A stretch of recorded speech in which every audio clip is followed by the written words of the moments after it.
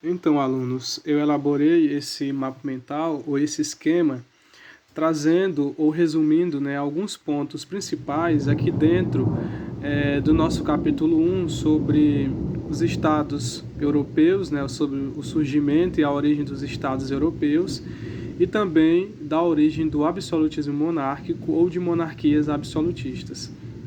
Entender a formação desses estados europeus é importante porque diversos desses estados foram os responsáveis pelos descobrimentos de outros continentes, por exemplo, aqui do continente americano, e da formação do que hoje é o Brasil.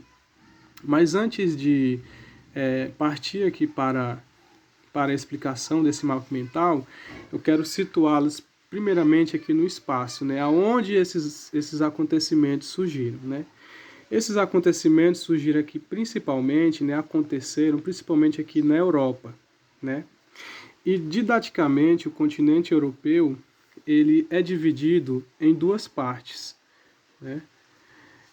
Nessa parte aqui, a leste é chamado de Europa Oriental, e nessa parte aqui, a oeste ou à esquerda, é chamado de Europa Ocidental.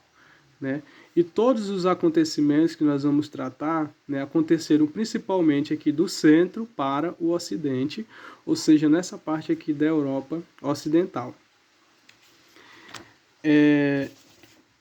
Localizei vocês no espaço e agora nós vamos nos situar aqui dentro da história, Porque a história ela é dividida tradicionalmente em pré-história, idade antiga, idade média, idade moderna e idade contemporânea.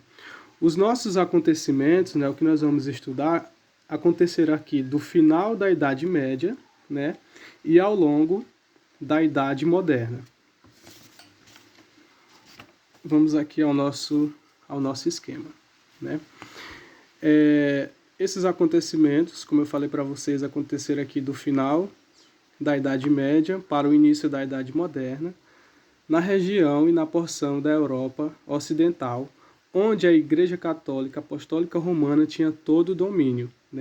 Nesse período, ou seja, durante a Idade Média, a Europa tinha, a Igreja Católica tinha um grande poder e grande força sobre as decisões, a ponto de o poder da Igreja ser maior do que o poder dos reis.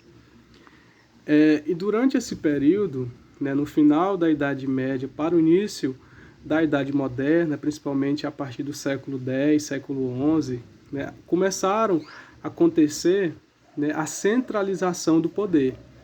Porque antes o poder era descentralizado, acontecia que a Europa, algumas porções da Europa era dividida em feudos, ou seja, cada um em seu quadrado, e cada feudo tinha a sua autonomia. O que acontece é que esses estados surgem e unem os feudos, Os feudos ficam sobre um único poder, que é o poder do rei, Então, os feudos e condados, eles passam a compor unidades políticas e administrativas mais complexas, que são chamados de estados nacionais ou modernos.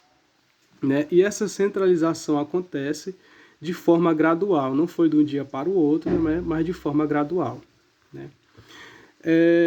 Os monarcas ou os reis, eles eram soberanos e autônomos, eles tinham toda soberania e autonomia, e eles também podiam unir a moeda, a unificação monetária, criar leis, manter o exército e cobrar impostos. Porque antes, cada feudo tinha a sua própria lei, tinha a sua própria moeda, tinha os seus próprios impostos e uma forma de organizar.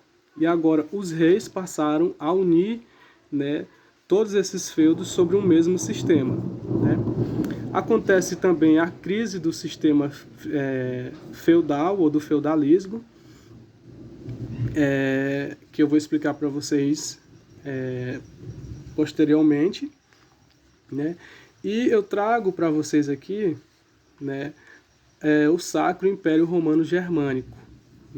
Porque nesse império aqui, o governo buscou estender seu poder sobre a igreja, porque antes o poder estava nas mãos da igreja.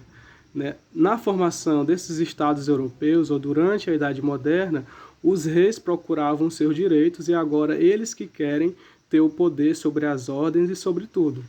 Né? Eles querem tirar o poder das mãos da igreja e ficarem com o poder para eles. Né? E nesse império, no Sacro Império Romano-Germânico, né, os reis e os governantes passaram a atuar como autoridade política e religiosa. Né?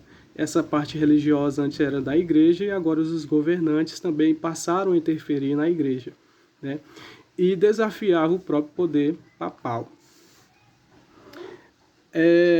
Depois do surgimento desses estados europeus, né, surgiram monarquias absolutistas. Né? Em alguns países, o rei se fortaleceu tanto a ponto de seus estados se tornarem monarquias absolutistas. Ou seja, o soberano ou o rei, ele colocava-se acima de tudo. Para se fortalecer, esses países, né, essas monarquias, elas procuraram se fortalecer através de medidas econômicas. É daí que surge o mercantilismo ou o capitalismo comercial, né, que se desenvolve e se dá através de práticas ou princípios. Né? Um dos princípios do mercantilismo, tratados no nosso livro, é o princípio do metalismo, em que um país, para ele ter poder, né, para ele ser considerado grande e forte, ele deveria ter ouro e prata, né, que é um dos princípios aqui do mercantilismo, certo? Então é isso que eu venho trazendo para vocês, eu espero que vocês gostem.